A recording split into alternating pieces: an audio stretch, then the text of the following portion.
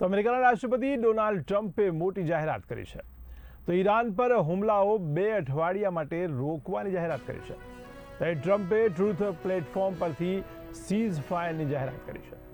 તો શહેબાઝ શરીફની અપીલ બાદ આ નિર્ણય લેવાયો છે તેવું ટ્રમ્પે જણાવ્યું છે. તો ઈરાન હોર્મુઝ જળમાર્ગ સંપૂર્ણ ખોલે તેવી પણ શરત મૂકવામાં આવી છે. ત્યારે ઈરાન તરફથી 10 મુદ્દાનો પ્રસ્તાવ મળ્યો હોવાનો પણ ટ્રમ્પ દ્વારા દાવો કરાયો છે. તમારા એસોસિએટ એડિટર ઉમંગ સોની ફોન લાઈનથી જોડાયા છે.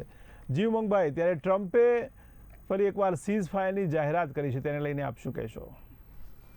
જયેશભાઈ, જણાવી દઉં કે આજના સવારના શુભ સમાચાર ગુજરાત અને ભારતના દેશવાસીઓ એક સારો સંદેશ લઈને આવશે. કારણ કે ઈરાન, અમેરિકા અને ઇઝરાયલના 40 દિવસીય યુદ્ધ દરમિયાન વિશ્વભરમાં અશાંતિ ફેલાઈ હતી અને ખાસ કરીને ઉર્જા ક્ષેત્રે જે કટોકટી સર્જાઈ હતી તેના માટે બહુ મોટા રાહતના સમાચાર છે.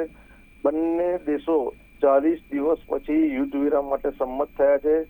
આ યુદ્ધ વિરામ 2 અઠવાડિયાનું એ લોકોએ જાહેરાત કરી છે. ઈરાને અને અમેરિકા અને ઇઝરાયલ એટલે તમામ લોકો સહમતિથી આ યુદ્ધ વિરામની જાહેરાત થઈ છે. એનો મતલબ કે ભૂતકાળમાં બી તમે 40 દિવસની અંદર બી ઘણી વાર સાંભળ્યું હશે મીડિયામાં કે યુદ્ધ વિરામ થવાનું છે, યુદ્ધ વિરામ થવાનું છે. પરંતુ આ સત્તાવાર જાહેરાત થઈ છે અને એનો છે પાકિસ્તાન અને ચીન લઈ ગયા છે.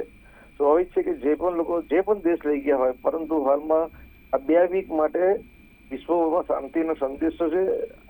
હવે તમને જણાવી દઉં કે આ યુદ્ધ વિરામ થવાથી સૌથી મોટો ફાયદો વિશ્વમાં જે તેલની અછત હતી, જે ક્રૂડ ઓઇલની અછત હતી, એના ઉપર બહુ મોટો દરેક દેશનો લાભ થશે.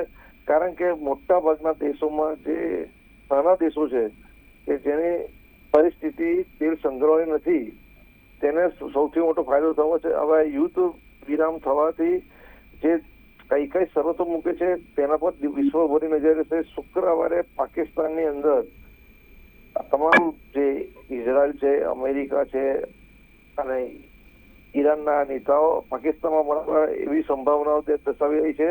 અને બેઠક બાદ શું વધુ નિર્ણય લેશે તેના પર વિશ્વભરના નેતાઓની નજર રહેશે. જી, સમગ્ર માહિતી બદલ આપનો આભાર. તો અમેરિકાના રાષ્ટ્રપતિ ડોનાલ્ડ ટ્રમ્પે મોટી જાહેરાત કરી છે. ત્યારે ઈરાન ઉપર હુમલાઓ 2 અઠવાડિયા માટે રોકવાની જાહેરાત કરવામાં આવી છે.